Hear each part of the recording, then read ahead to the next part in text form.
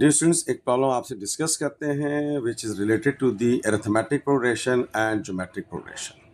इसको प्रॉब्लम को आपके साथ शेयर करेंगे। औज़ुबिल्लाहि मिनश्शैतानिर्रजीम, बिस्मिल्लाहिर्रहमानिर्रहीम। आप देख रहे हैं मैथ विद यासिर इरफात।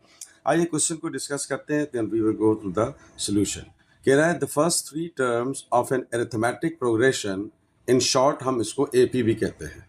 ठीक है, इसे में रखिएगा। AP stands for arithmetic progression.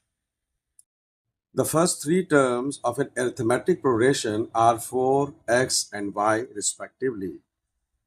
And the first three terms of geometric progression को हम in short GP कहते हैं।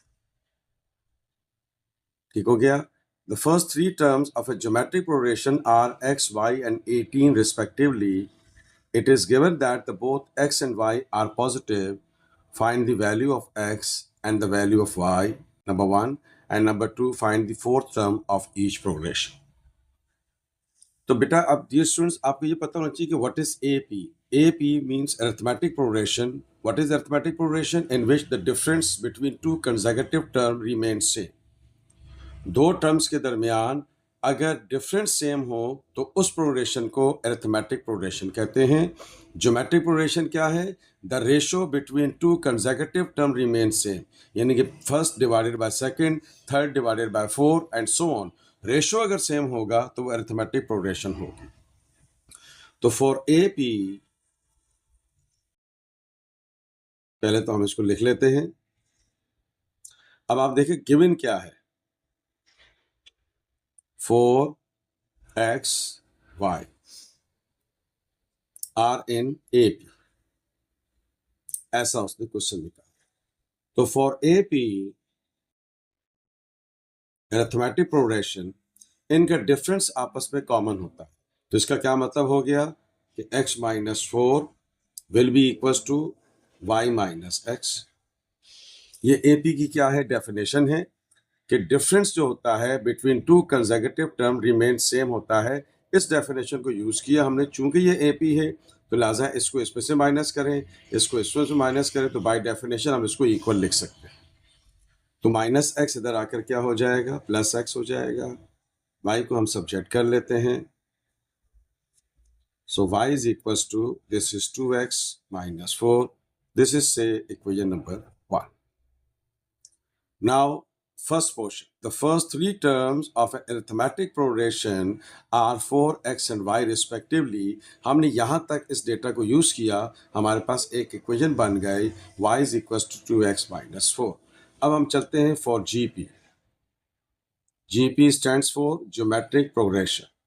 अब क्वेश्चन में क्या कह रहा है कि x, y, 18 in GP. GP means geometric progression. क्या होता है? जिसका रेशो आपस में क्या हो? Same. The ratio between two consecutive term remain same, it is called geometric progression. Now for GP here, second upon first should be equals to third upon second. अब चूंकि ये AP है तो हमने AP की डेफिनेशन को use किया है, और GP है तो GP की डेफिनेशन को यूज किया है कि इसको इससे डिवाइड करें, इसको इससे डिवाइड करें तो रेशो सेम होता है। तो बाय डेफिनेशन हमने इसको इक्वल रख लिया है। AP क्या होता है? Arithmetic progression. The difference between two consecutive term remain same. तो दैट मीन्स इसको इसमें से माइनस करें, इसको इसमें से माइनस करें, their difference will be equal to each other. तो अब आइए हमने क्या किया, अब this is GP, x, y and 18 are in GP। तो हमने क्या कर दिया, this divided by first and the third divided by second, their ratio will be equal to each other for GP। यहाँ लिख देते हैं for GP, क्रॉस मल्टीप्लाई कर लेते हैं तो ये हो गया y square equals to 18x and this is say equation number 2। तो आप देख रहे हैं स्टूडेंट्स कि मेरे पास इक्वेशन नंबर 1 बन गई, इक्वेशन नंबर 2 बन गई है। अब इन दोनों इक्वेशंस को हम साइमल्टेनियसली सॉल्व करेंगे तो we will get the value of x and y for the first part. तो आइए इसको हम सॉल्व करते हैं फर्दर। ओके स्टूडेंट्स, तो मैंने दोनों इक्वेशंस को आपकी आसानी के दोबारा लिख दिया है। तो इस y को हम यहाँ पुट कर देते हैं, put y is equals to 2x minus 4 in equation number 2. So this is here now, y square equals to 18x, ये हमारे पास इक्वेशन है। आप अगर यहाँ पे x को सब्जेक्ट करेंगे तो और काम आसान हो जाएगा। बहरहाल कोई इशू नहीं है, तो y की जगह y की वैल्यू पुट कर देते हैं।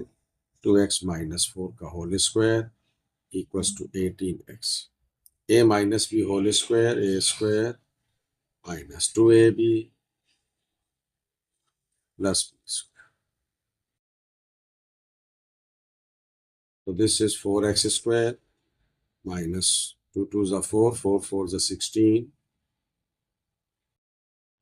x plus 16 equals to 18x.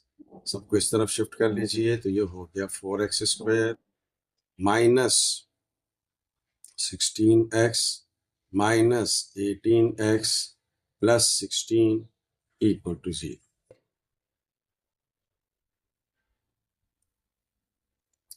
तो ये हमारे पास आ गया 4x स्क्वायर माइनस 20 30 34 हो जाएगा, x plus 16 equal to 0। 4 common ले लेते हैं तो काम आसान हो जाएगा। x square 4 9s are 36, 4 4s are 16 equal to 0। Okay students, 2 common ले लेते हैं तो ये बच गया 2x square, 2 17s are 2 8s are 16 equal to 0।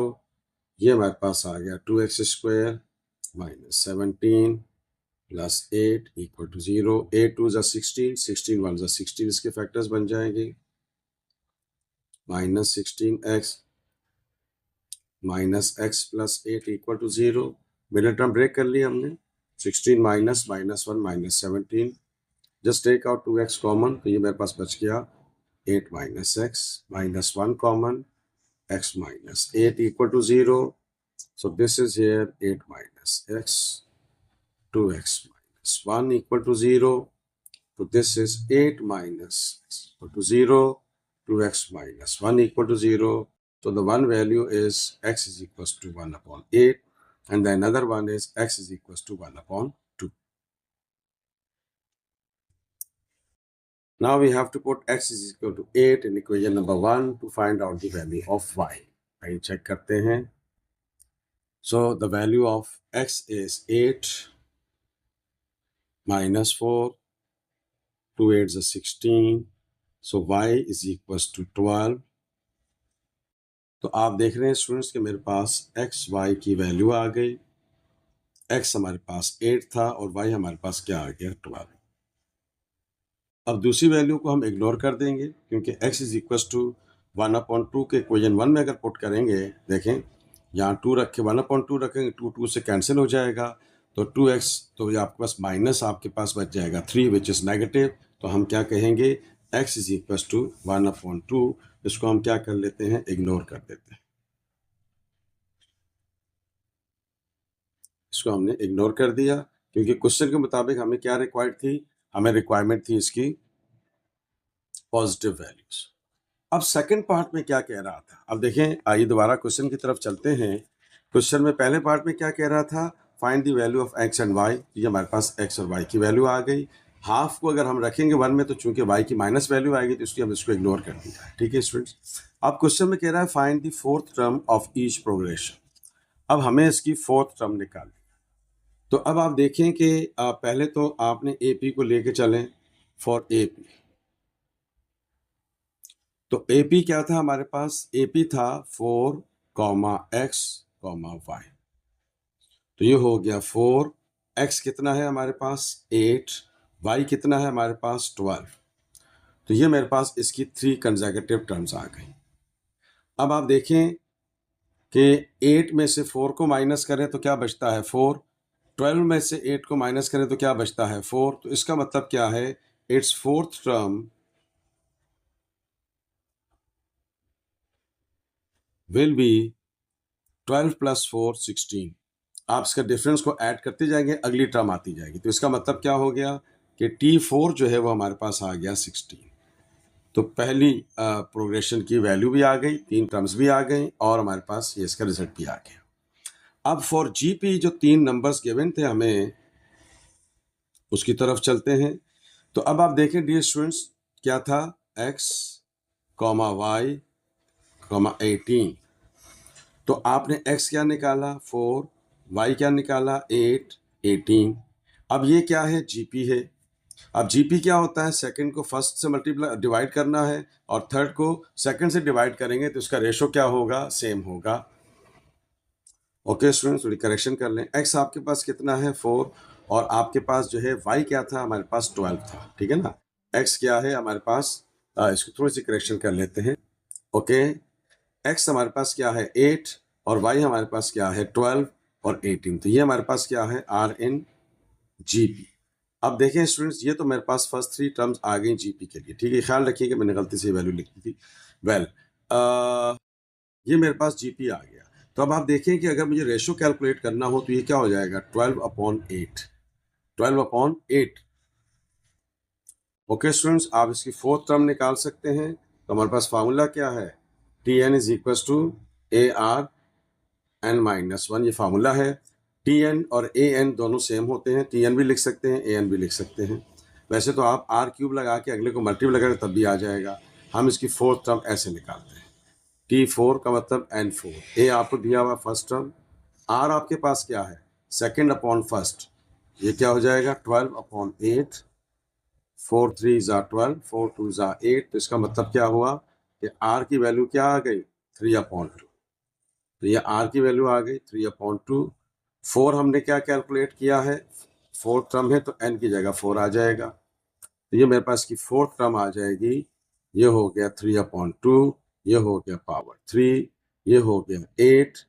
3 की पावर 3 मीन्स 27, 2 पावर 3 मीन्स 8, इससे कैंसिल आउट हो गया। तो इसकी फोर्थ टर्म जो मेरे पास आ गई वो कितनी हो गई, 27 फॉर GP। आप इसका डायरेक्ट क्यूब भी निकाल के वैल्यू कैलकुलेट कर सकते, देखिए R है ना, पहले R होगा, फिर R² होगा, फिर R³ होगा। तो आप इस तरह से भी कैलकुलेट कर सकते हैं directly without using formula, but it should be better कि आप इसके फार्मूले के साथ इसको सॉल्व करें। Thank you so much. If you like this video please share it and subscribe my channel. मैं तो यासिर इरफान।